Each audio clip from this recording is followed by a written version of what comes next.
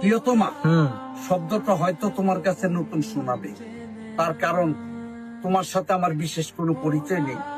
প্রথম পরিচয়ে তোমাকে প্রিয়তমা বলে সম্বোধন করার অধিকার আমার নেই, যদিও এটা আমার অনধিকার সম্বোধন, একতরফা মনের অভিলাষ, তথাপি বাস্তব।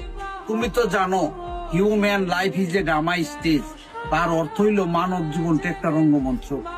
এই রঙ্গমঞ্চকে রূপ রং রস দিয়ে সাজাতে গেলে অনেক অবাস্তব ঘটনা এসে দেখা দেয়, আর সেই অবাস্তব ঘটনাই মানব জীবনের বাস্তব হয়ে ওঠে। আমার লিপি প্রেরণ তো তদ্রুপ। তুমি বিশ্বাস করো আর না করো, এছাড়া আমার কোনো উপায় ছিল না। প্রেম যদি মানব জীবনের সত্যিকার সম্পদ হয়ে থাকে, তাহলে আমার কোনো অপরাধ নেই। তুমি হয়তো বলতে পারো, যাকে চিনবো না, যাকে জানবো না, যার সঙ্গে কোনোদিন আমার ঠিক মতো কথা হয়নি, তার এই ধরনের চিঠি লেখার কি অর্থ হতে পারে? দেখবি, মানুষের মন অর্থহীন নয়। প্রতিটা পদে, প্রতিটা স্তরে মানুষ অর্থ নিয়ে ঘুরে বেড়ায় ঘূর্ণিপাকের মতো। আমি তোমার কাছে সম্পূর্ণ অপরিচিত হলো, তুমি কিন্তু আমার কাছে অপরিচিত নও। তোমার প্রতিটা কথা, প্রতিটা চলা, প্রতিটা ভঙ্গি আমার হৃদয়ে গাঁথা হয়ে গেছে। শুধু গাঁথা হয়ে গেছে বললে কিছুটা বাকি থেকে যায়। তুমি আমার নয়নের মণি, হৃদয়ের ধন, স্বপ্ন সঙ্গিনী। তোমাকে ছাড়া যে আমার চলবে না।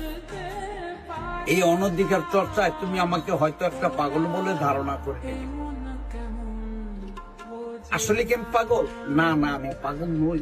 এই হৃদয় তন্ত্রীতে যে সুর তুমি জাগিয়ে তুলেছ, তা প্রেমের সুর। প্রেম, প্রণয়, প্রীতি বিধাতার দান।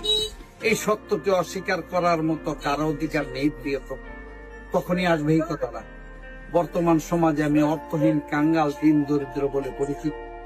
ওই চির সুন্দর পৃথিবীর বুকে তোমার কাছে আমি একটা দিক দিয়ে অনেক নিচে, সেটা হলো রূপসী বাংলা রূপের সমাজে। তাই ভয় হচ্ছে আমার মতো এই দরিদ্রের প্রেম নিবেদন তুমি সুন্দর দৃষ্টিতে গ্রহণ করবে কিনা। হয়তো করবে না, তার কারণ তুমি যেই পরিবেশে প্রতিপালিত, সে স্বর্গীয় সুখ বিসর্জন দিয়ে দোসালা ঘরে বসবাস করার প্রবৃত্তি আমাদের সমাজের অনেক মেয়েরই নেই।